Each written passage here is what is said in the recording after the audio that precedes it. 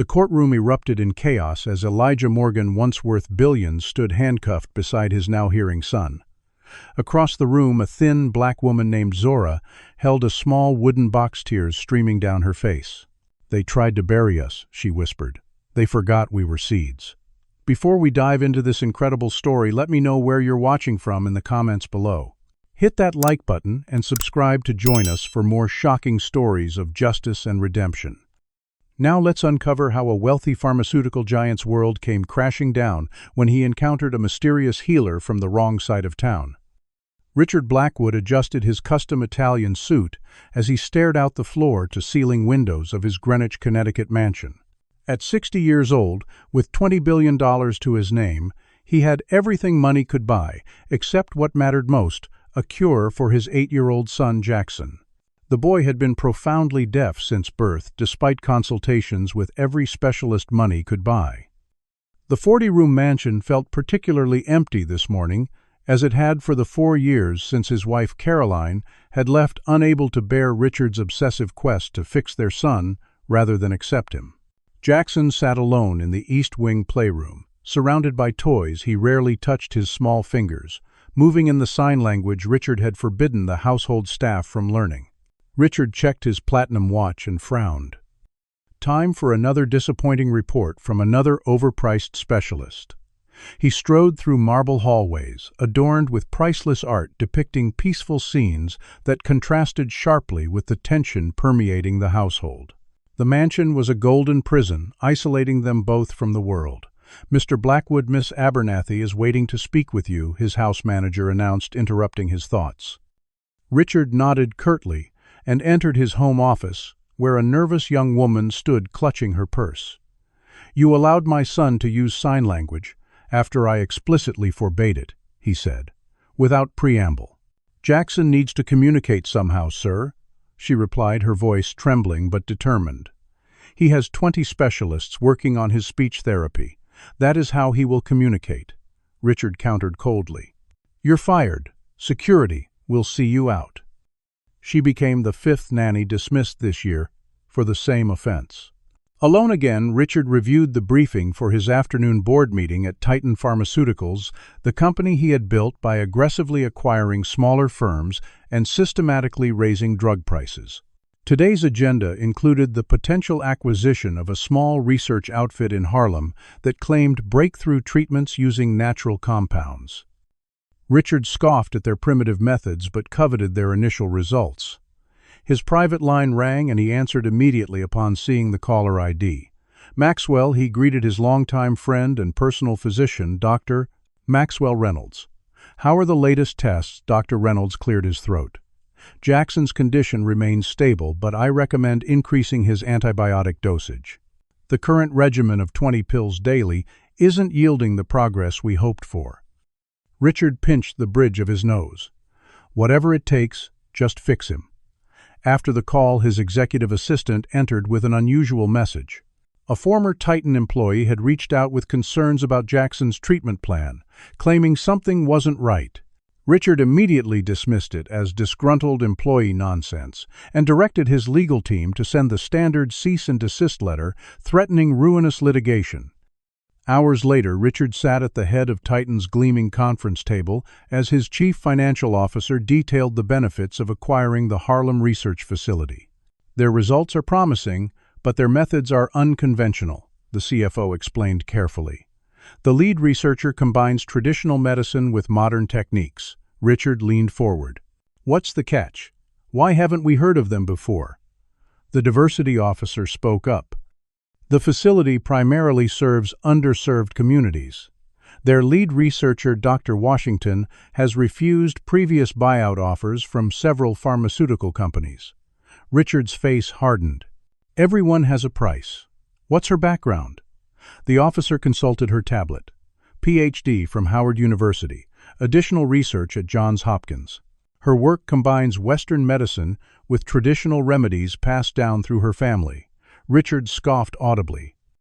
"Witch doctor meets test tubes. Hardly sounds credible." The room grew uncomfortably silent. "Offer them 30% above market value," Richard finally said.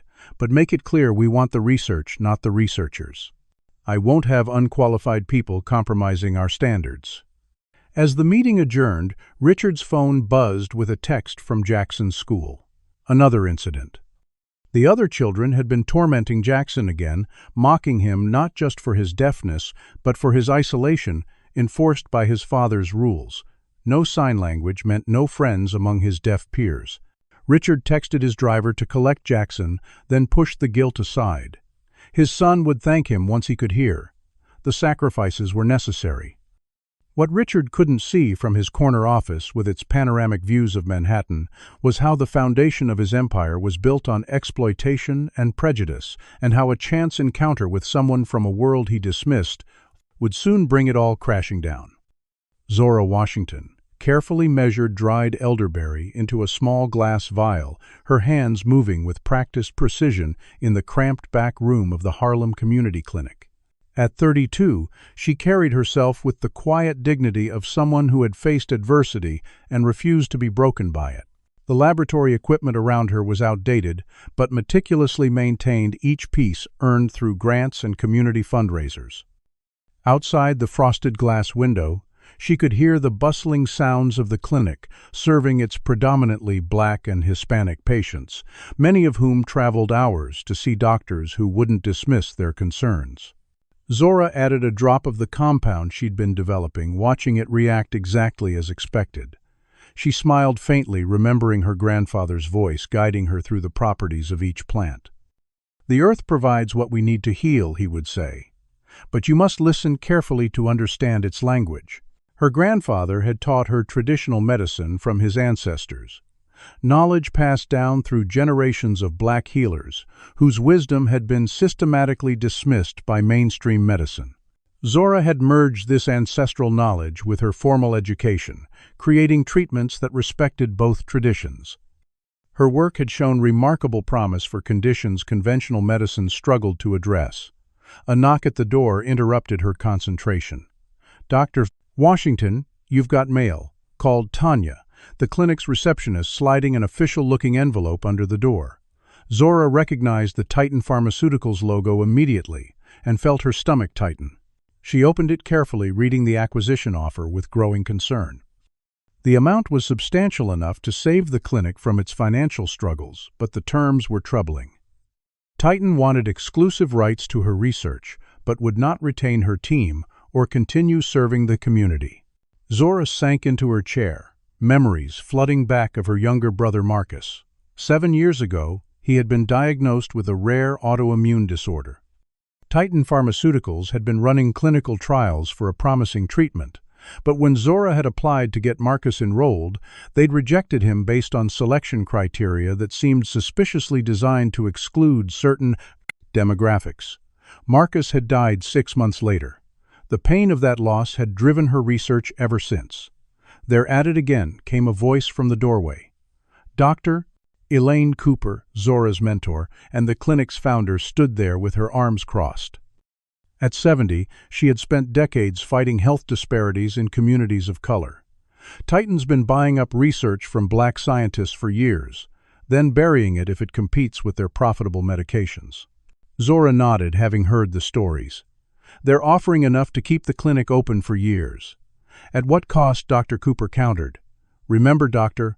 Johnson's cancer research, Titan bought it, then shelved it because it threatened their chemotherapy patents. They'll do the same to your work if it impacts their bottom line." Later that evening, Zora stayed late researching Titan's business practices. Their CEO, Richard Blackwood, had a reputation for ruthlessness in business and a bizarre personal obsession with finding a cure for his son's deafness. As she dug deeper into public records, she found a connection that made her blood run cold. Titan manufactured all 20 medications prescribed to Blackwood's son by Dr. Maxwell Reynolds. The regimen included 3 drugs that, when combined, could cause symptoms, mimicking hearing loss and neurological damage. Zora rechecked her findings, pulse quickening. Could it be possible? Would a doctor deliberately harm a child to create a market for expensive treatments?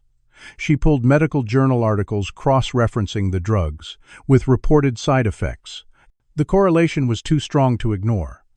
If she was right, Jackson Blackwood wasn't naturally deaf, but was being systematically poisoned by his treatment regimen. The implications were staggering.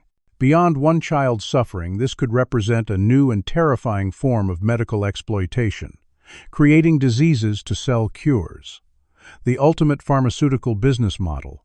Zora printed the evidence and secured it in her grandfather's wooden box, the one containing his most precious remedies.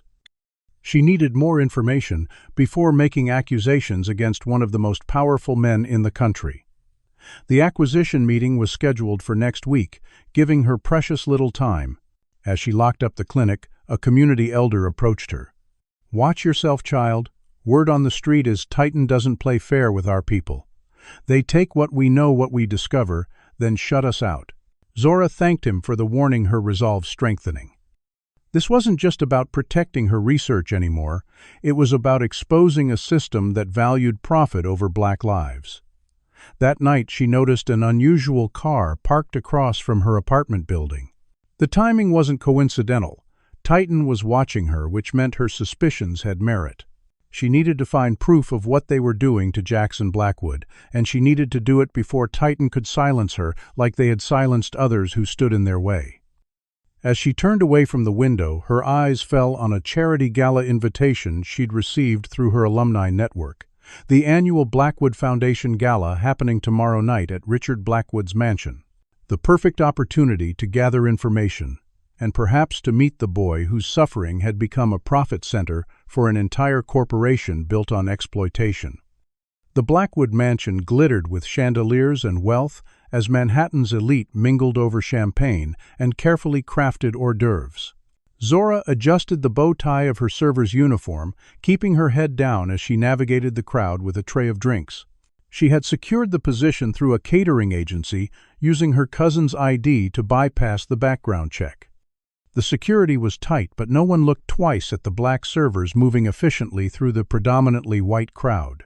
Richard Blackwood stood at the center of it all, accepting praise for his charitable foundation that funded research for childhood disabilities.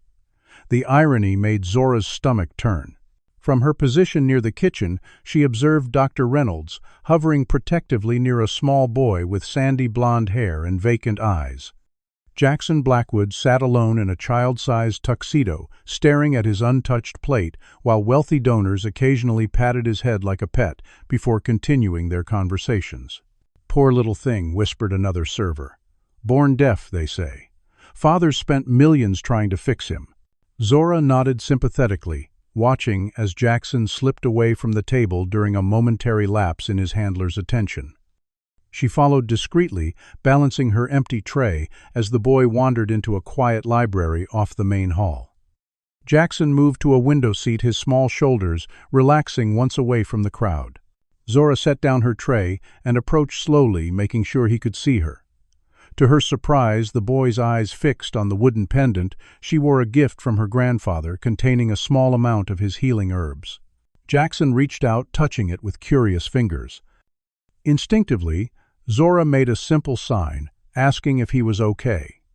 The boy's face lit up at the communication, his hands moving quickly in response. Zora understood only fragments of his signing, but caught his frustration at being displayed like a zoo animal at these events. She smiled sympathetically, showing him a few basic signs her cousin had taught her. They were communicating this way when Richard Blackwood's voice cut through the moment like ice. "What do you think you're doing with my son?" His tone carried the weight of authority accustomed to instant obedience. Zora turned calmly. "Your son needed a quiet moment, sir. I was keeping him company." Richard's eyes narrowed, taking in her server's uniform and black features with obvious suspicion. "How convenient that you happen to know sign language." The implication in his tone was clear. She couldn't possibly have legitimate skills or education. "Actually, sir, I know very little. Your son is quite expressive, even with limited communication." The condescension in Richard's voice grew sharper. "I don't recall the staff being instructed to interact with my son. Who exactly are you?" Before she could answer, 2 security guards appeared at Richard's signal. "Check her credentials," he ordered, "and remove her from the property." The guards grabbed Zora's arms with unnecessary force, her status as staff apparently insufficient to warrant respectful treatment. Jackson began to tremble, clearly distressed by the confrontation. "Sir, you're upsetting your son," Zora said quietly. "I meant no harm." Richard ignored her, focusing on Jackson, whose breathing had become labored. "He needs his medication." Richard snapped, calling for Dr. Reynolds, who appeared with alarming speed medical bag in hand. Zora watched as Reynolds administered a pill to Jackson, noting the distinctive color and the boy's immediate adverse reaction. His pupils dilated and a slight tremor ran through his hands. Classic signs of the side effects she'd researched. "What are you staring at?" Dr. Reynolds demanded, noticing her professional assessment. "Nothing," Zora replied, but her medical training had betrayed her interest. Reynolds studied her more carefully, now recognition dawning in his eyes. "Who is this woman?" he asked Richard with new urgency. "Security is handling it," Richard replied dismissively. As the guards began to escort her away, Zora noticed Richard's sudden interest in her wooden pendant, the same one that had captivated Jackson. "Wait," he said, reaching for it. "What is this?" Zora pulled back instinctively. "A family heirloom, nothing more." The pendant swung open slightly, revealing a glimpse of the herbs inside. Reynolds stepped forward aggressively. She could be anyone, a competitor's spy. "Check her bag." The security guards complied, dumping the contents of Zora's small purse onto a table. Her clinic ID partially visible before she could snatch it back. Reynolds saw it first. Dr. Washington, he read his face, paling. From Harlem Community Clinic, Zora met his gaze, steadily refusing to be intimidated. "The same." Reynolds turned to Richard, speaking urgently. "This is the researcher from the acquisition target. She has no business being here. She could be stealing proprietary information." The situation escalated quickly. As security dragged her toward the service entrance, Zora managed to palm one of Jackson's pills that had fallen during the commotion. She also deliberately dropped a small wooden token with her clinic address watching, as Jackson secretly retrieved it while the adults were distracted. Outside in the cool night air, a security guard shoved her roughly toward the street. "Don't come back unless you want real trouble," he warned. Zora straightened her clothes with dignity, refusing to show fear. As her Uber arrived, she noticed Reynolds watching from an upstairs window phone pressed to his ear. She had been identified, which meant her time was now severely limited. "Do you think Richard Blackwood suspects Zora's true intentions? Comment number 1 if you believe he's completely fooled, or number 2 if you think he's already suspicious of her motives. Like and subscribe if you want to see more stories where privilege meets its match. How far would you go to protect a child being exploited for profit? Let's see what happens next when Zora analyzes that pill and discovers just how deep this medical conspiracy goes. Zora's hands trembled slightly as she placed Jackson's pill under the microscope in her clinic laboratory.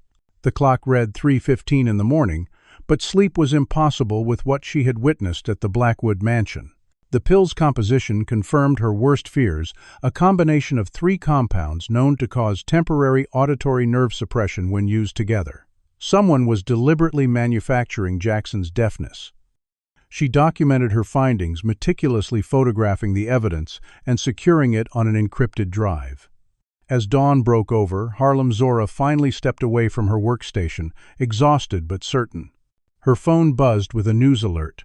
Titan Pharmaceutical's stock had jumped 10 points following the announcement of a breakthrough treatment for childhood hearing disorders. The treatment protocol was identical to Jackson's regimen. They were using him as a test case, creating his illness to sell the cure.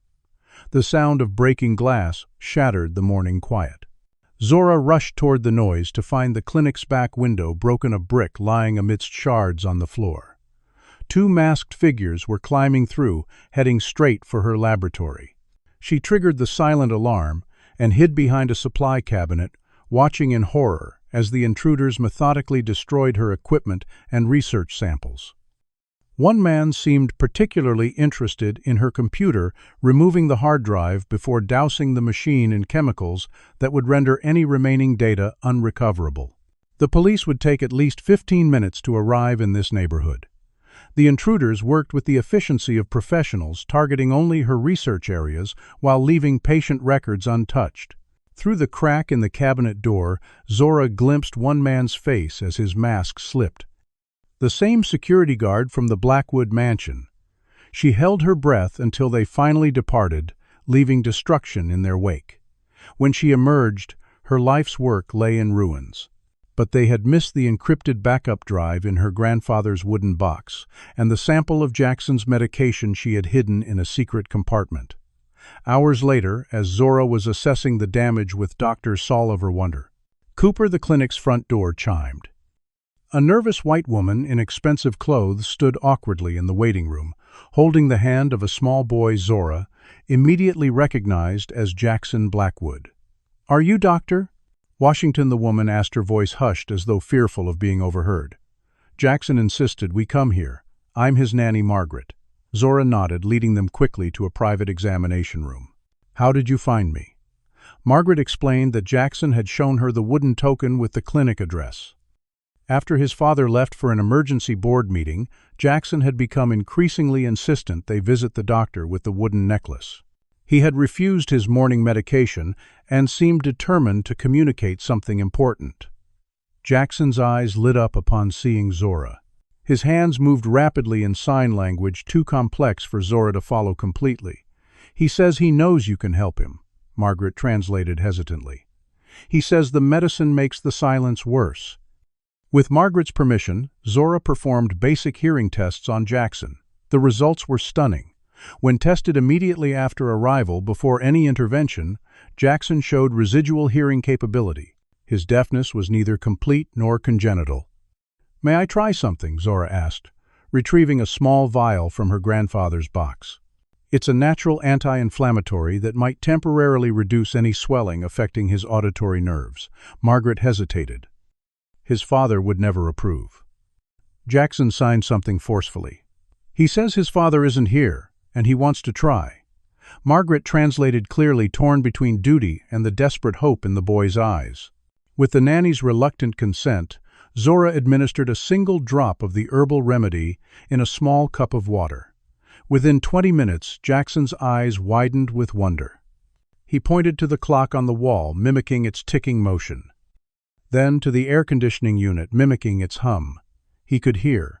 The transformation was remarkable but temporary. Zora explained that, without knowing exactly what medications were suppressing his hearing, she couldn't create a permanent solution. As they celebrated this small victory, the clinic's security system pinged. Zora checked the outdoor camera feed on her phone and felt her blood freeze. Richard Blackwood's private security team was surrounding the building. "They found us," she whispered, showing Margaret the screen. The nanny paled. "He'll fire me. Possibly worse." Jackson signed frantically, pointing to the back exit. Before they could move, the front doors burst open. 6 men in tactical gear stormed in, shouting orders and terrifying the few patients in the waiting room. Leading them was Richard Blackwood himself, his face contorted with fury. "Where is my son?" he demanded, as his men roughly pushed aside clinic staff. "Doctor?" Cooper stood her ground. "This is a medical facility. You cannot barge in here like stormtroopers."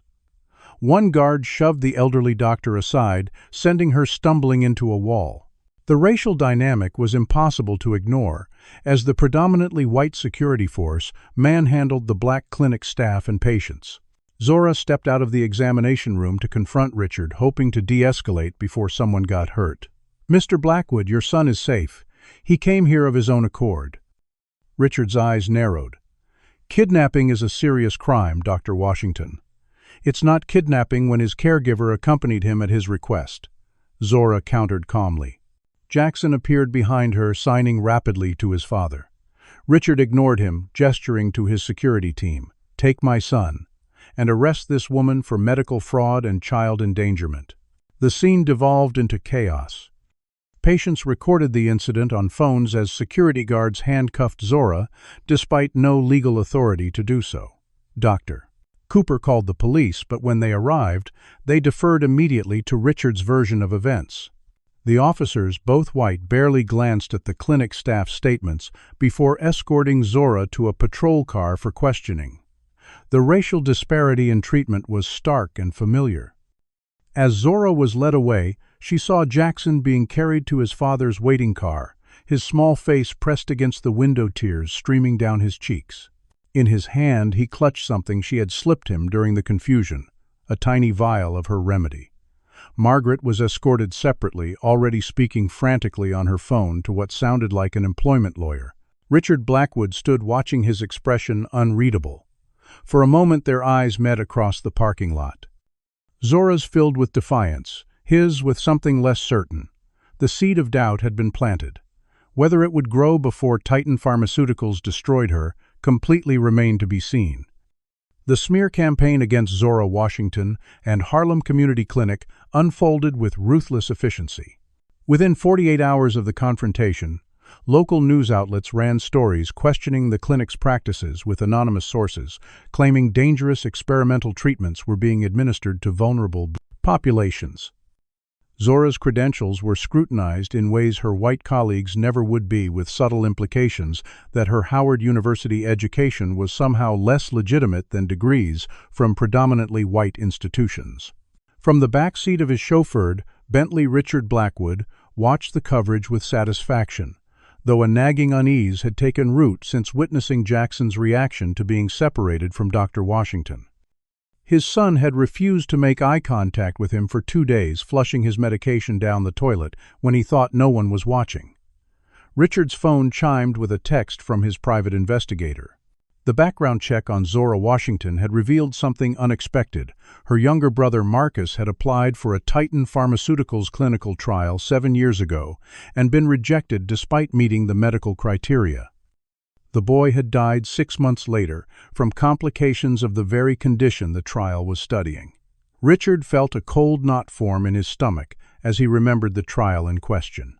He had personally modified the selection criteria to exclude certain demographic groups after early data suggested the treatment would be highly effective but inexpensive to produce.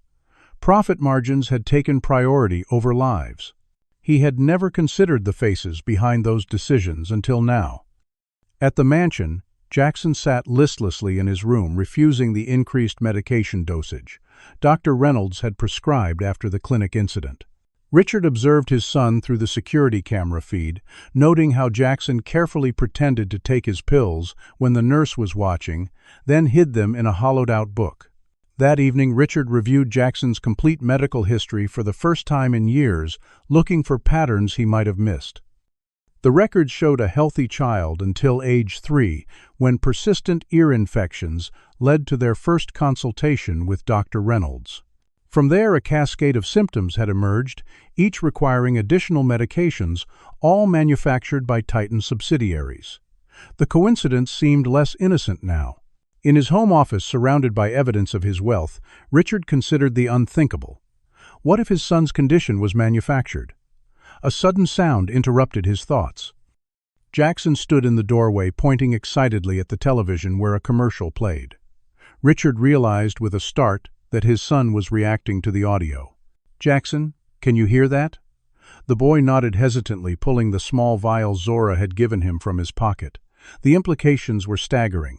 Richard knelt before his son, gently taking the vial and examining it.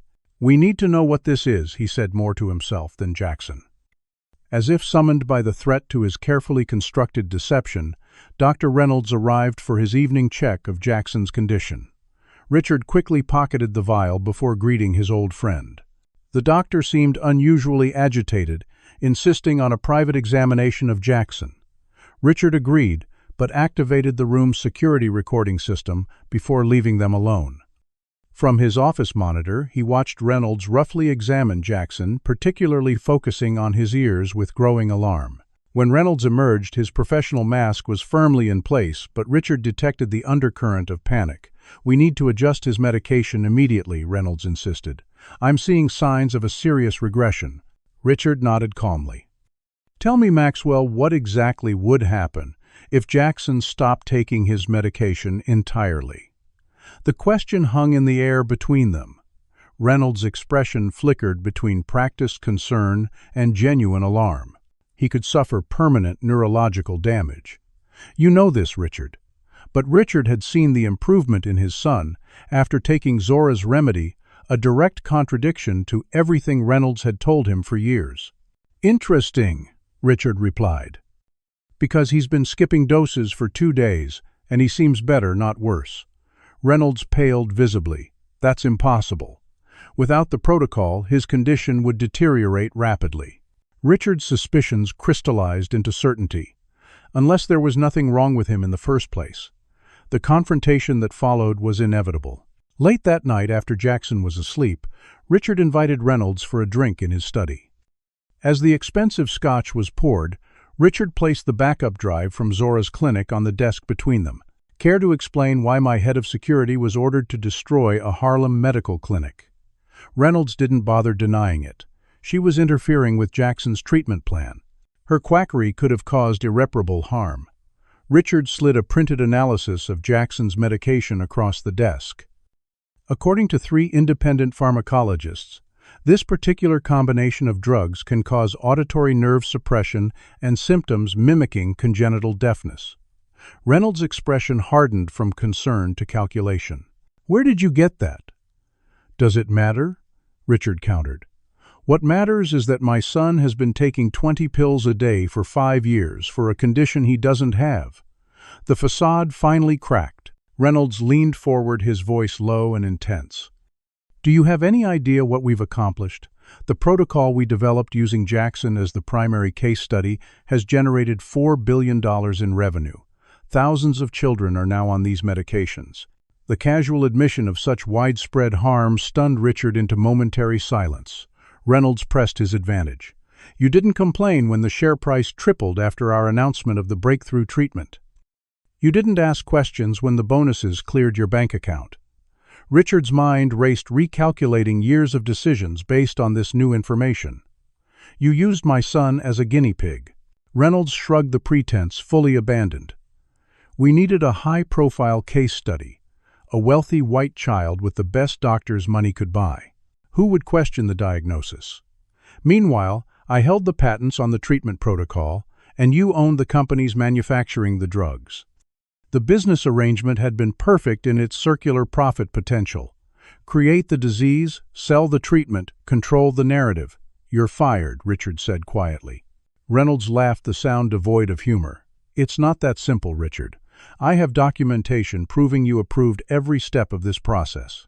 Your signature is on every treatment authorization, every research grant. If I go down, Titan Pharmaceuticals goes with me. Are you prepared to lose everything?" The threat hung in the air, as a small movement near the door caught Richard's attention. Jackson stood in the hallway, his eyes wide with a new understanding. The boy had been using his gradually returning hearing to eavesdrop. Reynolds noticed him too, and immediately shifted back into doctor mode. "Jackson needs his evening dose immediately," he insisted. "He's already missed too many. The withdrawal alone could cause permanent damage." Richard found himself at a crossroads. Protect his company and reputation by continuing the lie, or protect his son by exposing the truth. Years of ruthless business decisions had prepared him to choose profit over people every time. "I'll get his medication," Richard finally said, watching the relief spread across Reynolds' face. The doctor didn't realize that in that moment Richard had made the decision that would ultimately destroy them both. The Harlem Community Clinic buzzed with unusual activity as community members formed a human chain around the building, protecting it from the legal injunction Titan's attorneys had filed to shut down operations. Inside, Zora Washington huddled with her legal team, a pro bono coalition of civil rights attorneys who had rallied to her defense after videos of the security raid went viral.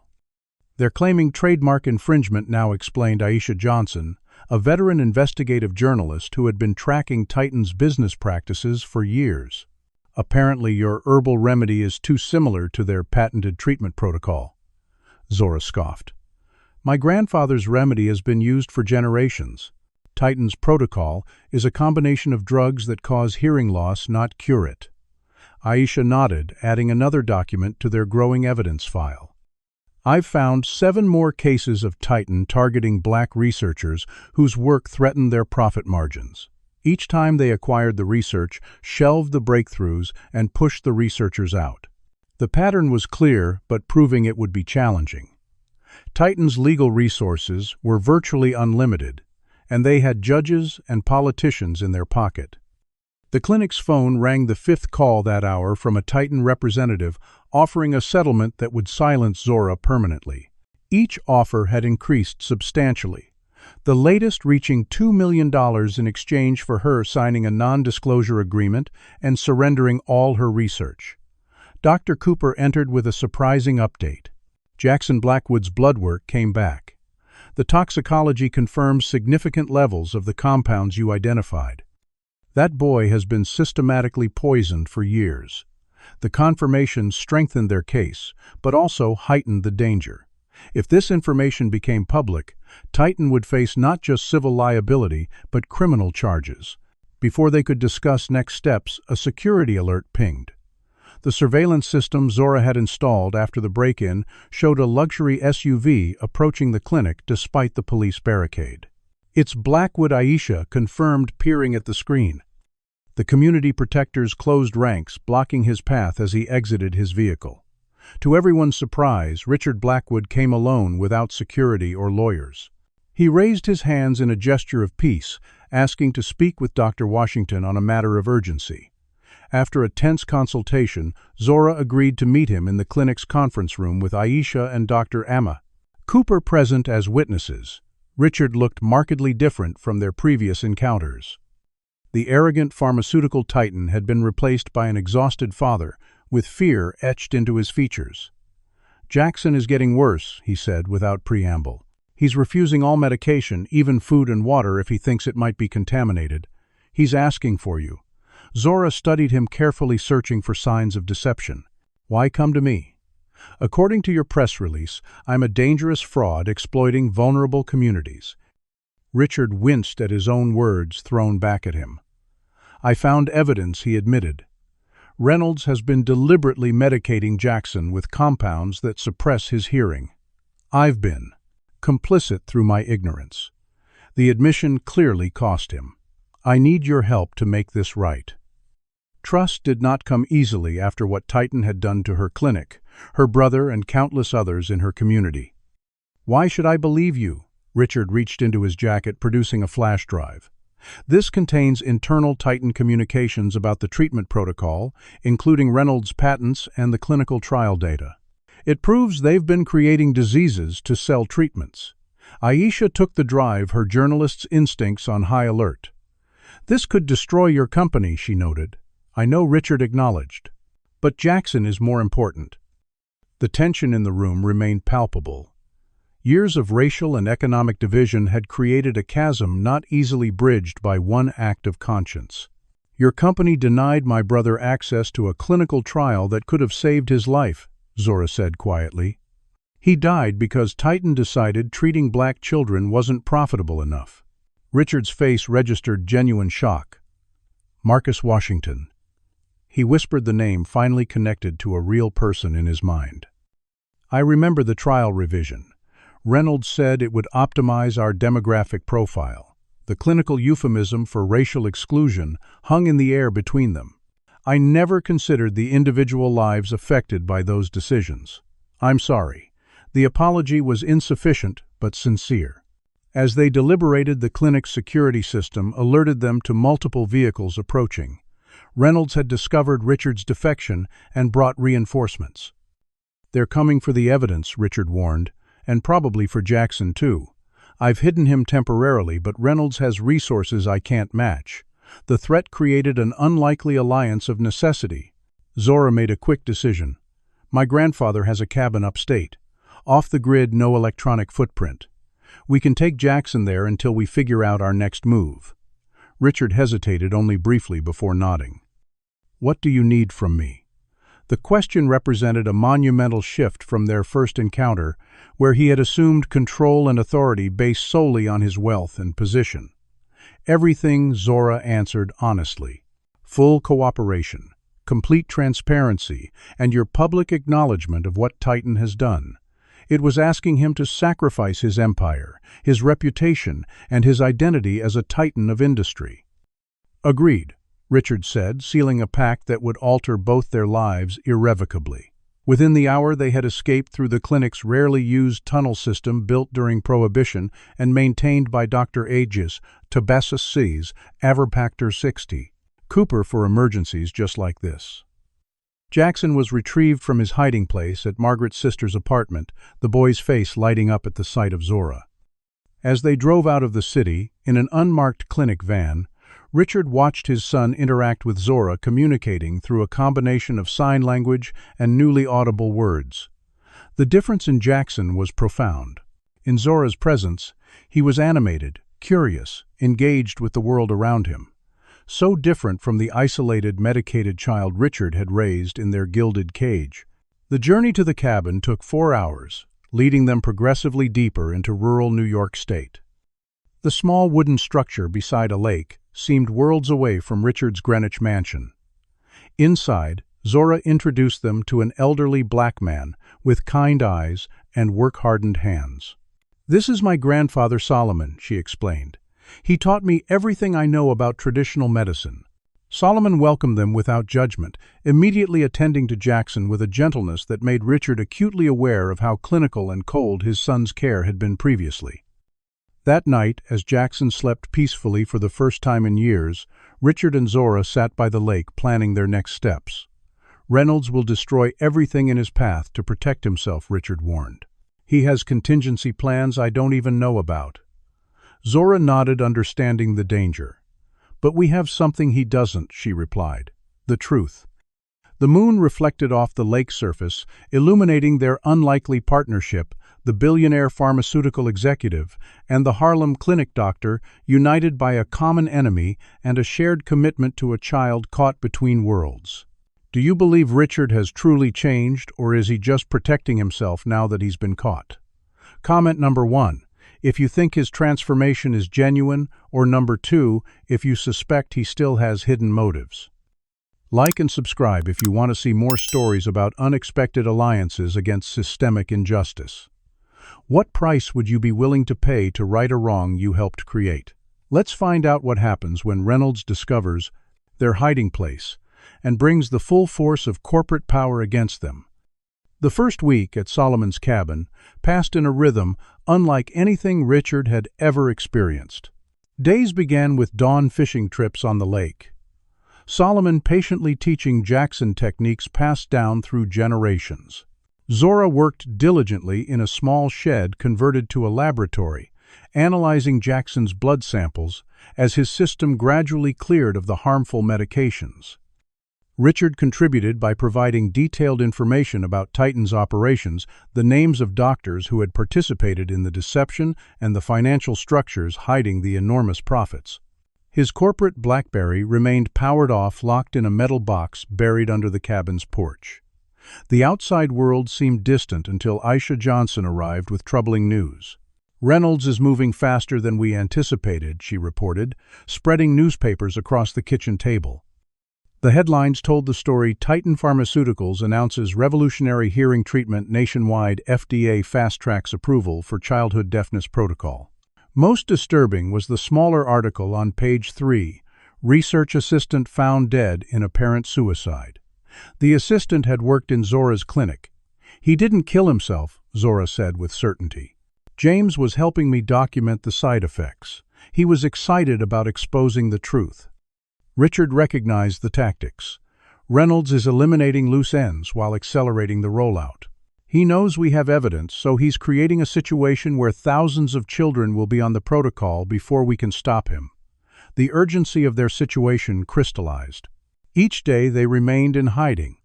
More families were being convinced to put their children on medications that would create the very condition they supposedly treated. That evening, Richard observed Solomon preparing traditional remedies with Jackson eagerly assisting. The elderly man spoke quietly to the boy about respect for the plants, the importance of intention in healing, and the responsibility that came with knowledge. "My people couldn't go to doctors for most of American history," Solomon explained. "We weren't welcome in hospitals. So we learned to heal ourselves, kept the knowledge alive, despite those who tried to dismiss it as superstition." Richard felt the weight of this history, recognizing his own role in perpetuating a system that continued to marginalize traditional knowledge in favor of patentable, profitable pharmaceuticals. When Solomon offered him a cup of tea made from locally gathered herbs, Richard accepted with a humility that would have been unimaginable weeks earlier. The tea was bitter but effective, easing the tension headache that had plagued him since their flight from the city. After Jackson went to sleep, Zora joined Richard by the fire pit outside. "His hearing is almost completely restored," she reported. "Another week, and the last of the drugs should clear his system." Richard nodded, watching the flames.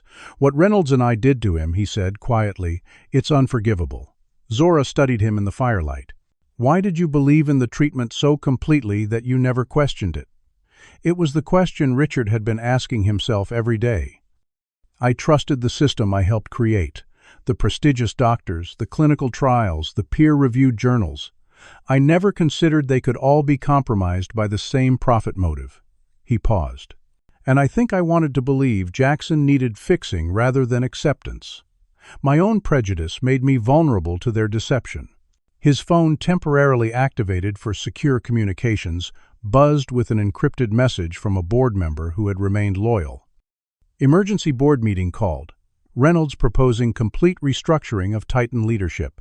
Your assets being frozen pending investigation. Reynolds was making his move, consolidating power while eliminating Richard's ability to fight back. The following morning brought more disturbing news.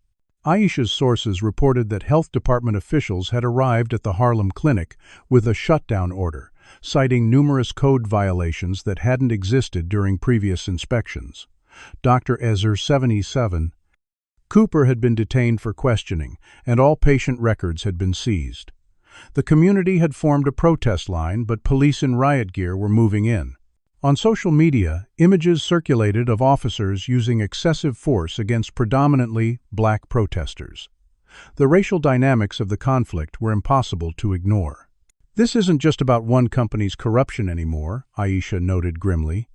"It's exposing the entire system of medical discrimination." Richard watched the footage with growing horror. "I enabled this," he admitted. "Every time I looked the other way when clinical trials excluded certain demographics. Every time I raised prices on essential medications knowing who would be most affected, I told myself it was just business." Zora's reply was direct but not unkind. "Acknowledgement is only the first step. What matters now is what you're willing to do to change it." Their planning session was interrupted by Solomon's urgent warning. A drone had been spotted flying over the property, and unfamiliar vehicles were parked on the distant access road. Their sanctuary had been compromised. Within minutes, they had packed essential supplies and evidence, loaded Jackson into Solomon's old truck, and escaped through a hunting trail only locals knew existed. As they drove through the night, Jackson sleeping against Zora's shoulder, Richard received another encrypted message. Reynolds had called a press conference for the following day to announce the nationwide rollout of the treatment protocol. Thousands of children would begin receiving medications designed to damage their hearing, creating a generation of patients dependent on expensive treatments manufactured by Titan subsidiaries. The scope of potential harm was staggering. "We need a new strategy," Richard said, as they checked into a roadside motel under false names. "Going public isn't enough. Reynolds has too much control over the narrative. He'll paint us as conspiracists, discredit our evidence." Zora nodded in agreement. "We need to expose him in a forum he can't control, with witnesses he can't silence." Aisha, who had joined them at the motel, pulled up information on her laptop. The American Medical Association's annual conference starts tomorrow in New York. Reynolds is scheduled to present the treatment protocol as the keynote speaker. Every major medical journal and news outlet will be there. It was the perfect opportunity. Reynolds would be presenting to his peers people whose opinion he valued and whose approval he sought. If they could expose the truth there with irrefutable evidence, even his considerable influence couldn't contain the damage. "We'll need credentials to get in," Richard noted, "and Reynolds will have security watching for us." Zora's expression hardened with determination. "My credentials were revoked yesterday on trumped-up ethical violations charges. But Dr. Cooper still has hers if we can reach her in time." As they formulated their plan, Solomon took Jackson outside to teach him about the stars, giving the adults space to discuss strategies the boy shouldn't have to worry about. "Reynolds knows we're coming," Richard warned. "He'll be prepared for anything we might do." Zora met his gaze steadily. "Then we'll have to do something he can't possibly anticipate." Through the motel window they could see Jackson pointing excitedly at constellations, his voice carrying clearly as he repeated their names. The transformation in him reinforced the importance of their mission. This wasn't just about exposing one company's corruption or saving one child. It was about challenging a system that had been built on exploitation, discrimination, and the valuation of profit over human lives. By morning, their plan was set. They would confront Reynolds not just with evidence of what he had done to Jackson, but with the full pattern of Titan's exploitation of vulnerable communities. Richard would publicly acknowledge his own complicity, sacrificing his reputation and fortune to ensure the truth couldn't be buried again. What they couldn't know was that Reynolds had anticipated their move and prepared a devastating counterattack. As the first light of dawn broke over the horizon, Reynolds sat in his penthouse office, reviewing security footage from the motel where they were hiding. His plan wasn't just to discredit them, it was to destroy them completely. The American Medical Association conference bustled with activity as thousands of physicians, researchers, and industry representatives navigated the massive convention center. Security was visibly enhanced with guards checking credentials at every entrance and scanning the crowds with heightened vigilance. In a service corridor, Richard adjusted his disguise, gray hair dye glasses, and the confident bearing of a wealthy donor that made most people avoid direct eye contact. His years moving through elite circles had taught him that people saw what they expected to see. Zora faced a greater challenge. As a black woman in a predominantly white space, she would be more noticeable, more likely to be questioned. Her solution was to hide in plain sight, dressed in the uniform of the catering staff working the event. They communicated via earpieces, coordinating their movements as they worked to position themselves for Reynolds' keynote address, scheduled for 10:30 in the main auditorium. Aisha had stationed herself in the press section, her credentials as a healthcare journalist, securing her legitimate access. Their most valuable asset was Jackson himself, who had insisted on participating despite the risks. "He hurt me to help himself," the boy had signed forcefully when they discussed the plan. "I want to show everyone what he did." Now Jackson waited with Solomon in a service area, his small face solemn with the understanding of his role in what was to come. Dr. Cooper had been unreachable, her phone disconnected after her detention by health authorities. Without her credentials, their contingency plan relied on Richard's ability to access the donor reception where Reynolds would appear before his presentation. 10 minutes before the keynote was scheduled to begin, disaster struck.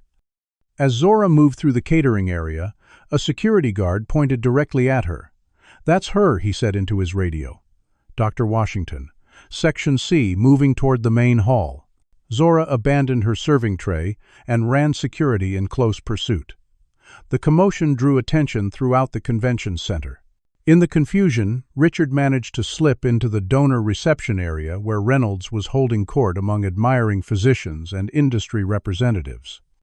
The doctor looked immaculate in an expensive suit, not a hint of concern showing on his practiced professional face. "The protocol represents a complete paradigm shift in treating childhood auditory disorders," Reynolds was saying as Richard edged closer. "The results speak for themselves." Richard activated his earpiece. "Zora's been made." Moving to Plan B. Across the convention center, Zora had barricaded herself in a service corridor with security pounding on the door. "I need 5 minutes," she replied, connecting her laptop to the convention center's audio-visual system through an access port. Years of underfunded community medicine had taught her resourcefulness that privileged practitioners never had to develop. In the main auditorium, the conference chairman was introducing Reynolds to thunderous applause. The doctor took the stage with practiced humility, his presentation queued up on massive screens visible to the entire audience of medical professionals. "Thank you for this honor," Reynolds began. "Today, I present a treatment protocol that will change thousands of lives." The journey began with a single patient, a remarkable young boy named Jackson Blackwood. On cue, the screens displayed a professionally produced video of Jackson in various stages of his treatment, always appearing isolated, medicated, and profoundly deaf. The contrast with the healthy hearing child now waiting backstage could not have been more stark. Reynolds continued. Through years of dedicated research, we developed a comprehensive approach that has restored partial hearing to children previously considered untreatable. From the back of the auditorium, Richard made his move, striding confidently toward the stage. Security immediately converged, but his voice carried through the room. "That's a lie, and Maxwell Reynolds knows it." The disruption created precisely the distraction Zora needed. From her position in the service corridor, she executed the program that hijacked the presentation feed. The screens around Reynolds suddenly changed, displaying Jackson's actual medical records alongside chemical analyses of the medications he had been prescribed. "What you're seeing," Richard announced as he was wrestled toward an exit, "is evidence that Titan Pharmaceuticals has been deliberately causing hearing loss in children to sell treatments." The security team dragged Richard from the auditorium, as doctors in the audience began murmuring, some standing, to get a better view of the damning evidence now displayed on every screen. Reynolds fought to regain control, his professional demeanor cracking. "This is industrial espionage," he declared. "These documents are forgeries created by a disgruntled former executive facing criminal charges."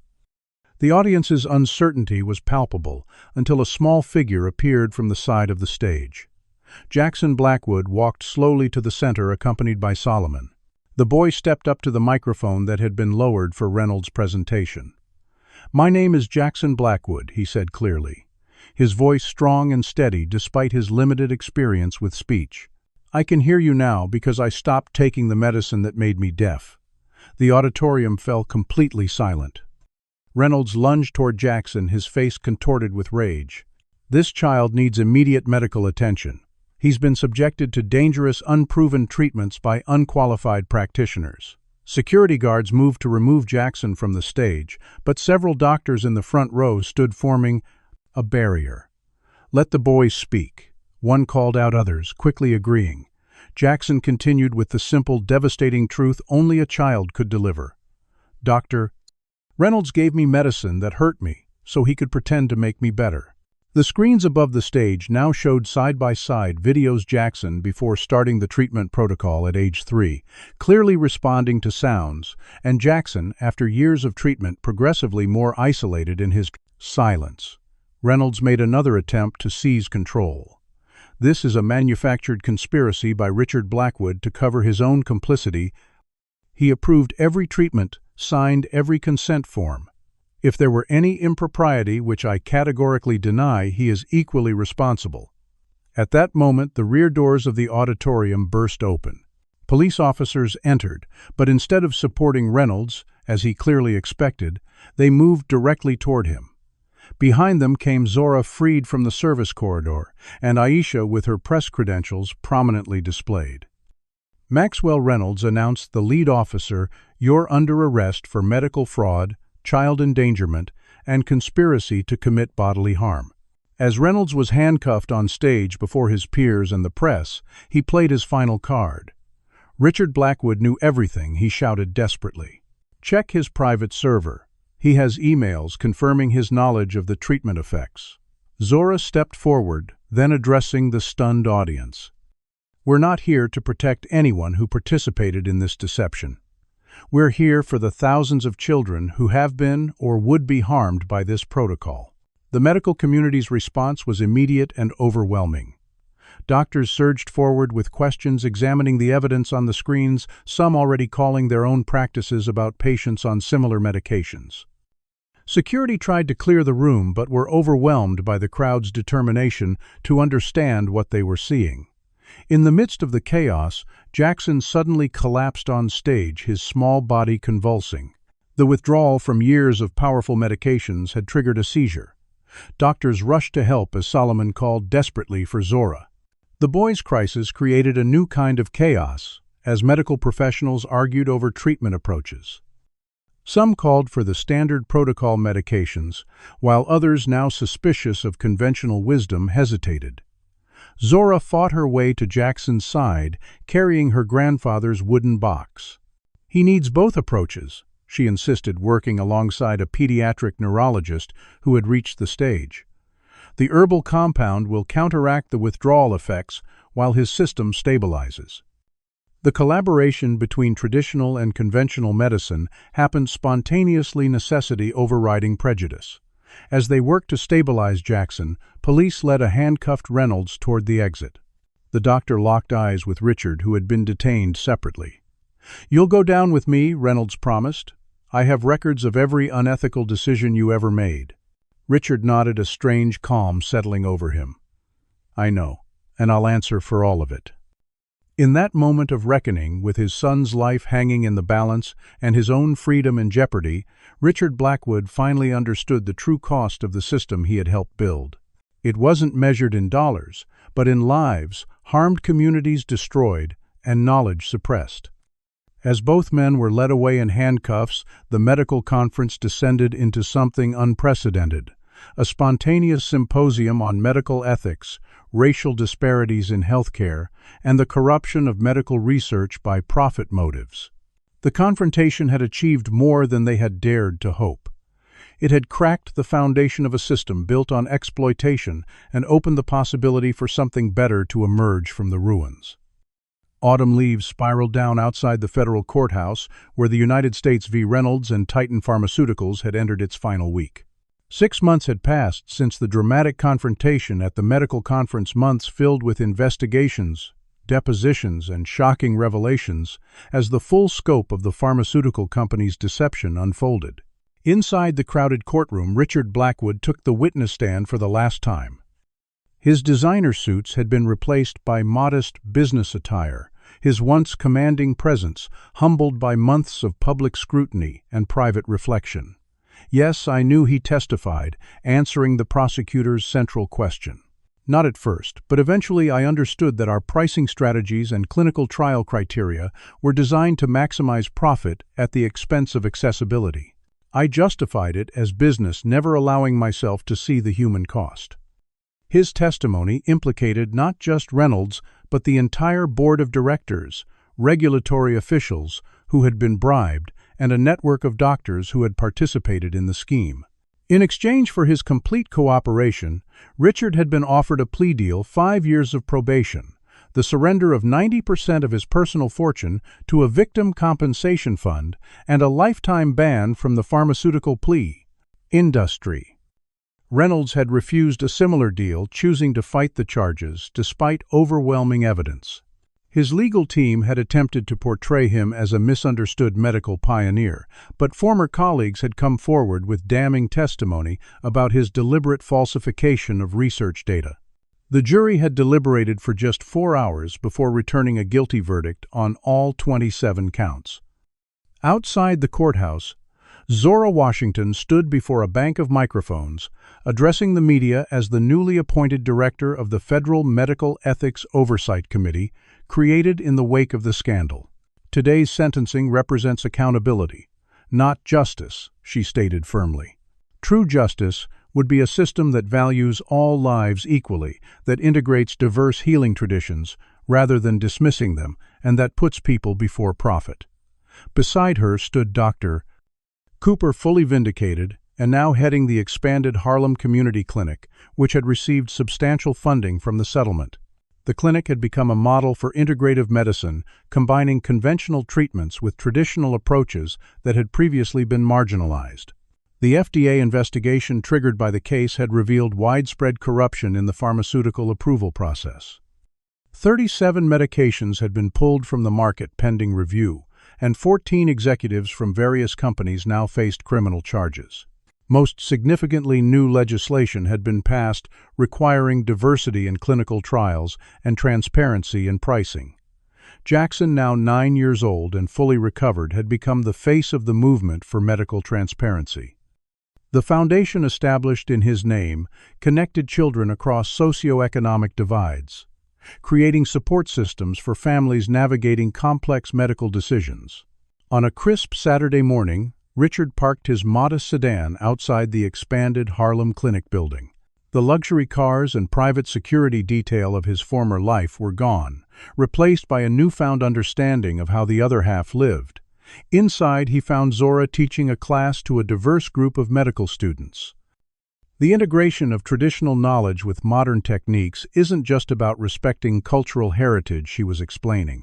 It's about recognizing that healing wisdom comes in many forms, and our failure to acknowledge this has cost countless lives.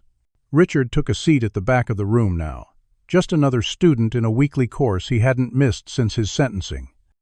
After class, he joined Zora and Jackson in the clinic's community garden, where Solomon was teaching a new generation of healers about medicinal plants. The pharmaceutical companies tried to synthesize this compound. The old man explained, holding up a leaf, but they couldn't replicate its effectiveness because they isolated single chemicals instead of understanding how the whole plant works together. Jackson listened attentively, then demonstrated what he had learned to younger children, his confidence growing with each day further from his manufactured illness. The boy now lived with Richard in a modest apartment near the clinic, their relationship healing alongside Jackson's body. Richard watched his son with a mixture of pride and lingering guilt. "I still don't understand how you can forgive me," he said quietly to Zora as they observed Jackson from a distance. "I don't," she replied with characteristic honesty. "Forgiveness isn't what's needed here. Accountability and change are what matter. You're providing both." Their conversation was interrupted by Aisha Johnson, who had parlayed her coverage of the scandal into a Pulitzer Prize-winning series on racial disparities in healthcare. The Titan board members who claimed ignorance are now being indicted. She reported, showing them her advance copy of the next day's New York Times. "Your testimony about the coded language used in meetings was the key. The systemic nature of the corruption had been Richard's most valuable contribution to the prosecution. He had detailed how racial and economic bias was embedded in seemingly neutral business decisions, providing a roadmap for investigators examining other pharmaceutical companies. The wooden box that had started their journey sat open on a table in Zora's office. Inside, Solomon's journal documented generations of healing traditions systematically dismissed by Western medicine. These methods, once ridiculed as superstition, were now undergoing rigorous scientific study, revealing effective treatments that pharmaceutical companies had ignored because they couldn't be patented. "My brother would have been 30 today," Zora said, softly touching a photograph pinned to her bulletin board. Marcus Washington's case had become central to the investigation, one of thousands of lives lost to medical discrimination. The clinic expansion now underway would include a research wing named in his honor. Richard nodded, understanding that each step forward was built on acknowledging painful truths rather than burying them. That evening they gathered with community members for the clinic's weekly healing circle. The event drew people from all backgrounds: former Titan employees seeking to make amends, medical professionals learning to integrate diverse approaches, and families affected by the company's practices. Richard no longer felt like an outsider, despite being one of the few white participants. His transformation from exploiter to ally had been hard-earned through consistent action rather than empty words. Jackson sat at the center of the circle, helping younger children with hearing exercises developed by combining Solomon's traditional techniques with modern audiology. His experience had given him unusual empathy for others struggling with similar challenges. As twilight deepened into night, Solomon passed Zora's wooden box to Jackson in a simple ceremony symbolizing the continuation of knowledge across generations. The boy accepted it, solemnly understanding its significance as both history and future. "The systems that allow exploitation aren't dismantled overnight," Zora addressed the gathering. "They require both accountability from those who built them and the empowerment of those they were designed to exclude." Richard listened, no longer defensive about his former role in those systems. His journey from pharmaceutical titan to humble student of medical ethics embodied the personal transformation required for genuine systemic change. As the community dispersed into the night, the lights of the Marcus Washington Research Center illuminated the path forward. The wooden box, once a simple container for healing herbs, had become a symbol of resilience, of knowledge preserved, despite attempts to discount it, and of the power of truth to eventually break through even the most formidable barriers of the privilege and power. What do you think is the most important lesson from this story? Is it that systemic change requires both accountability from the powerful and the amplification of marginalized voices, or that true healing comes from integrating diverse knowledge rather than dismissing what we don't understand? Share your thoughts in the comments, and if this story of justice and transformation moved you, please like, subscribe, and share it with others who need to hear this message. Thank you for joining us on this journey from exploitation to healing, and may we all find the courage to stand for truth, even when it costs us everything we thought we valued. This story reveals how systems of power and privilege perpetuate injustice through seemingly neutral business decisions. Richard Blackwood's journey shows us that complicity often begins with willful blindness, choosing profit over people until the consequences become impossible to ignore. True accountability requires more than acknowledgement. It demands sacrifice and sustained action to dismantle the systems we helped create. Zora Washington embodies the resilience of marginalized communities whose knowledge and expertise have been systematically dismissed, yet preserved through generations despite overwhelming obstacles. Her insistence on integration rather than replacement demonstrates that healing comes from combining diverse approaches rather than privileging one tradition above others.